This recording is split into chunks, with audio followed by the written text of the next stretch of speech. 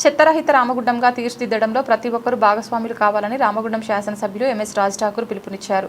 ప్రజాపాలన ప్రగతి ప్రణాళికలో భాగంగా రామగుండం నగరపాలక సంస్థ కార్యాలయం ఆవరణలో 5K రన్ను మేయర్ మహంకాళి స్వామితో కలిసి పచ్చజెండా ఊపి ఆయన ప్రారంభించారు.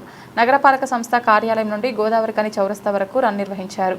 చౌరస్తాలో మానవహారం నిర్వహించారు. ఈ సందర్భంగా ఆయన మాట్లాడుతూ 2 ఏళ్ల కాలంలో రేవంత్ రెడ్డి ప్రభుత్వం అనేక అభివృద్ధి కార్యక్రమాలు, సంక్షేమ కార్యక్రమాలు చేపడుతూ రాజకీయాలకు అతీతంగా అద్భుతమైన పరిపాలన అందిస్తుందని అన్నారు.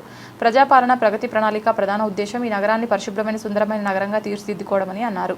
పరిసరాలు పరిశుభ్రంగా ఉంచుకోవడంలో పాటు పచ్చదనం ల్యాండ్స్కేప్లో అందంగా రూపొందించుకోవాలని అన్నారు. మహిళా సంక్షేమ కార్యక్రమాలను తమ ప్రభుత్వం చిత్తశుద్ధితో అమలు చేస్తోందని అన్నారు. రన్ను నిర్వహించినటువంటి పాల్గొన్న ప్రతి ఒక్కరికి పేరు పేరున శిరస్సు వంచి నమస్కరిస్తూ ధన్యవాదాలు తెలియజేస్తాం. బంధువులారా, రాష్ట్ర ముఖ్యమంత్రి గౌరవ శ్రీ రేవంత్ రెడ్డి గారు వారి యొక్క క్యాబినెట్ అద్భుతమైన 2 సంవత్సరాల కాలంలో అనేక ప్రజా సంక్షేమ కార్యక్రమాలు తీసుకొచ్చి ఈరోజు అర్హత ఉన్న ప్రతి ఒక్కరికి ఇవ్వాలి.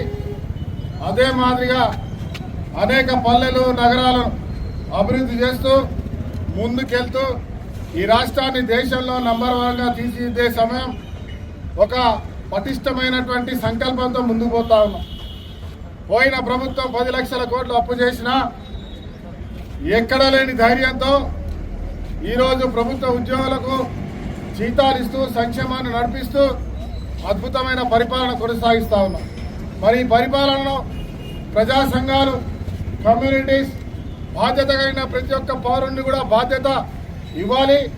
మనం చేస్తున్న అభివృద్ధిలో అందరినీ కలుపుకొని రాజకీయాలకు అతీతంగా మన పల్లె నుంచి పట్టణాల వరకు అద్భుతమైన పరిపాలన కొనసాగించాలి.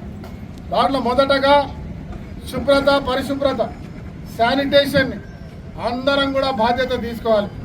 ఎన్విరాన్మెంట్, చెట్ల పెంపకం, దాదాపు ల్యాండ్స్కేపింగ్ చేయడం, దాంతోపాటు ప్రభుత్వ సంక్షేమాలు ఏమేమి ఉన్నాయో ఆ సంక్షేమాలన్నీ అందరికీ అర్హత ఉన్న వాళ్ళకి అందుతున్నాయా లేదా చూస్తూ బాధ్యత తీసుకొని అర్హత ఉన్న వాళ్ళకి ఇప్పించేటువంటి బాధ్యత.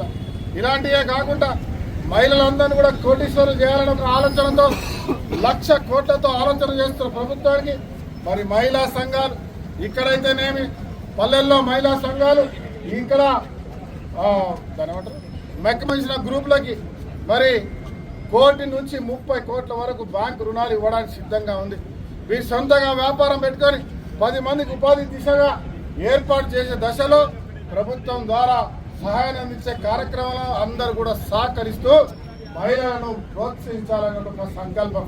దాంతోపాటు చదువుకున్న వారికి 1,00,000 ఉద్యోగాలు సుమారుగా ప్రభుత్వం ఇచ్చింది. 2 లక్షల ఉద్యోగాలు ప్రైవేట్ ఉద్యోగాలు ఇచ్చింది. ఈ ప్రాంతంలో కూడా అనేక మందికి ఉద్యోగాలు వచ్చినాయి. మేము మాకు సాధ్యమైనంత వరకు ప్రైవేట్ శాఖల్లో ఉద్యోగాలు ఇప్పించడం, ఇంకా ఇప్పించడానికి ప్రయత్నం చేస్తా ఉన్నాం. అప్పటివరకైతే ఎవరైతే చదువుకొని నిరుద్యోగవంతులు ఉన్నారో వారు ప్రభుత్వం చేస్తున్న సంక్షేమాల్లో ప్రభుత్వానికి సహాయపడే విధంగా ఉన్న వాడకి, ఉన్న నగరానికి సహాయపడే విధంగా ముందు